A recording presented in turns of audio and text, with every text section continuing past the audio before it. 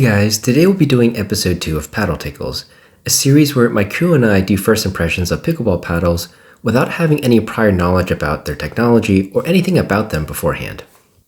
Starting off, let's take a look at Selkirk's Amped Pro Air series. Now, this paddle has been out for a while, but the reason I wanted to take a look at it is because I thought it'd be a good comparison against the A11N Empire series, since both of them are 16mm edgeless paddles with spray-on grit, but the obvious difference between them is that the Selkirk paddles all have this throat hole. Selkirk has been known to use this feature in order to lower the swing weight and static weight by removing that area. All paddles with this hole have this unique feel where the throat flexes a bit and gives you a bit of a springy feel off the face, and you'll see that on their Power Air and Luxe paddles as well. There's nothing too special about this paddle, as it mainly plays like an in-between of the Luxe and the Power Air, with the control, power, and pop basically being in between the two. Now the A11N Empire comes in the elongated and standard shapes, with the elongated having a swing weight of 115 and a twist weight of 5.75, while surprisingly, the standard shape also has the similar numbers with a swing weight of 115 but a much higher twist weight of 6.50.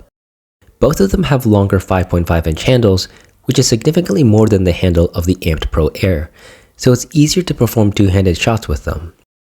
Because it doesn't have that hole at the throat, it does have better stability and twist weight numbers, though it doesn't have that springy feel you see with the Selkirk paddles, which could be a good or bad thing depending on your preferences. In the group, we all prefer the feel of the Empires. The springy feel of the Amped series didn't really appeal to us, and the increased stability of the Empires we felt was a better trade-off. For the Empire series, I actually enjoyed the standard shape a lot. I think because it did come in with high numbers, I thought it played very well and didn't need much added weight around the perimeter, like most other edgeless paddles. Now I do think the paint grit does hold it back for the spin's longevity, but I think it's a solid control paddle option, with one of the best sweet spots I've seen in an edgeless paddle.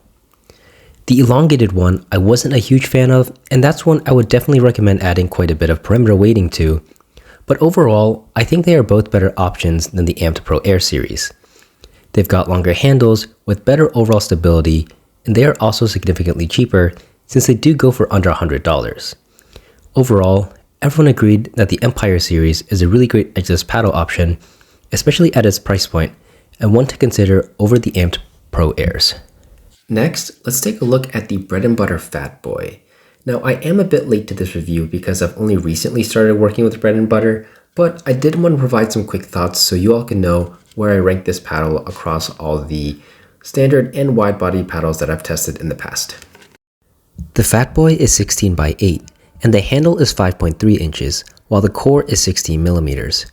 For the swing weight, we got 111, and the twist weight, we got 7.85.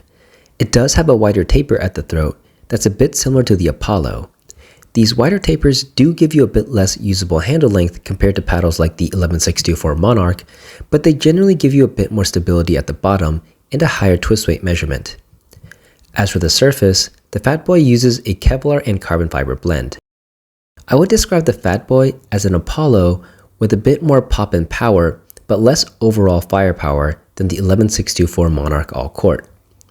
It's the most similar to the Apollo, but it has less vibrations on impact. With the Apollo, you can really feel the impact on every shot, but I found the Fatboy to not have as much vibrations while also giving you more firepower. But similar with all wide body paddles, I wouldn't say one is better than the other, and it really does come down to personal preference of what you feel you connect with, as we were split on this. Some of us prefer the feel of the Apollo, while others like the feel of the Fatboy. Overall, a very solid wide body entry with a fantastic looking design.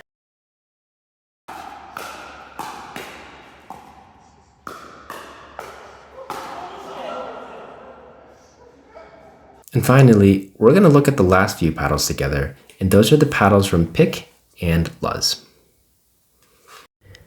All of them are 16mm Gen 2 thermoform paddles with carbon fiber surfaces that just differ in their dimensions.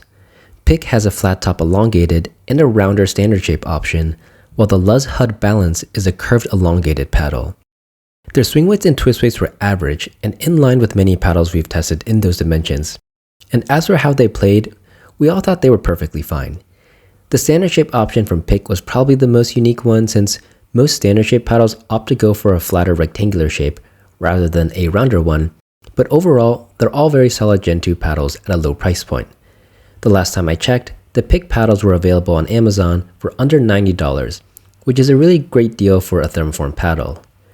The Luz HUD balance goes for $99.99, which is a bit more, but it does have a bit more design on the paddle surface. Overall, all are very solid options to consider at their price, especially if you find them on Amazon and they manage to drop even lower in price on a flash deal. Anyways, that's it for this episode of Paddle Tickles, and we'll also be doing a paddle giveaway for a Luz paddle.